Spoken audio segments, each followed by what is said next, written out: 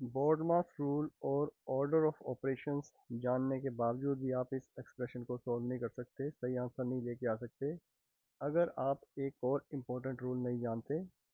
तो ये बोर्डमास रूल उन लोगों के लिए जो बोर्डमास को नहीं जानते। बोर्डमास रूल लागू होता है इस तरह की एक्सप्रेशन में कि सबसे पहले हमने क्या सॉल्व करना है। सबसे पहले हम ब्रैकेट को ओपन करेंगे, उसके बाद ऑर्डर। ऑर्डर मीन्स रूट्स और पावर्स, पावर्स को हम एक्सपोनेंट्स भी बोलते हैं। उसके बाद डिवीज़न और मल्टीप्लिकेशन का इवैल्यूएशन होगा और एंड में होगा एडिशन और सब्ट्रैक्शन।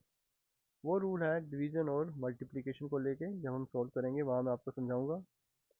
तो सबसे पहले ब्रैकेट तो यहाँ पे है नहीं, 90 माइनस, यहाँ पे इन दोनों को माइनस नहीं कर देना हमने, -3। सबसे पहले क्योंकि ब्रैकेट नहीं है तो पावर्स है यहाँ पे, तो 4 4 जा 16 plus 64 divided by 2 raise to power 3, यानी कि 2 2 2, ये तीन आपस में मल्टीप्लाई होंगे, 4 दूनी 8 मल्टीप्लाइड बाय 5।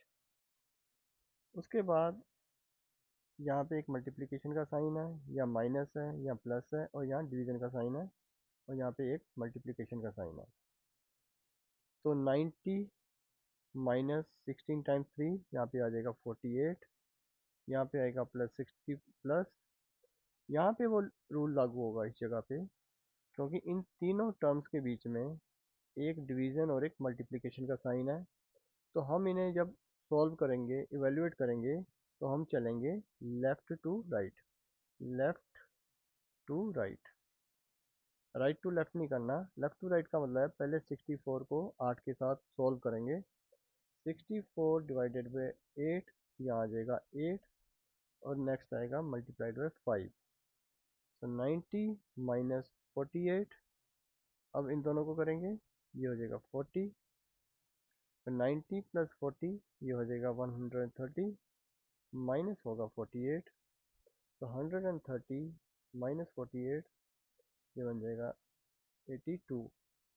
तो ये हमारा बिल्कुल करेक्ट और सही आंसर है, फाइनल आंसर। तो यहाँ पे था 64 डिवाइडेड बाय 8 मल्टीप्लाइड बाय 5, जिसका हमारा आंसर बना था 40। इसको जब हमने सॉल्व किया था तो इसका आंसर बना था हमारा 40, जब हमने सॉल्व किया था लेफ़्ट टू राइट, जहाँ पे ज़्यादातर स्टूडेंट्स गलती करते हैं। अगर हम राइट टू लेफ़्ट चलें, राइट टू लेफ़्ट का मतलब है कि 8 मल्टीप्लाइड बाई 5 पहले कर दें, तो वो हो जाएगा 40, और यहाँ पे डिवीज़न, यहाँ पे 64। तो 64 को अगर हम 40 के साथ डिवाइड करते हैं, तो ये हो जाएगा हमारा 40 टाइम्स 1 40, यहाँ पे आएगा 24, एक जीरो लिया तो यहाँ पे आएगा पॉइंट, और ये 46, ये हो जाएगा 240, यानी कि इसका आंसर आएगा हमारा 1.6, जबकि हमारा यहाँ पे आंसर आया था 40। तो पूरे का पूरा आंसर ही चेंज हो जाता है, हम पूरे के पूरे नंबर ही लूज कर जाते हैं इस, अगर इस एक रूल का पता ना हो। तो ऐसी और रूल्स, प्रॉब्लम्स और उनके सॉल्यूशंस देखने के लिए please like and subscribe. Thank you.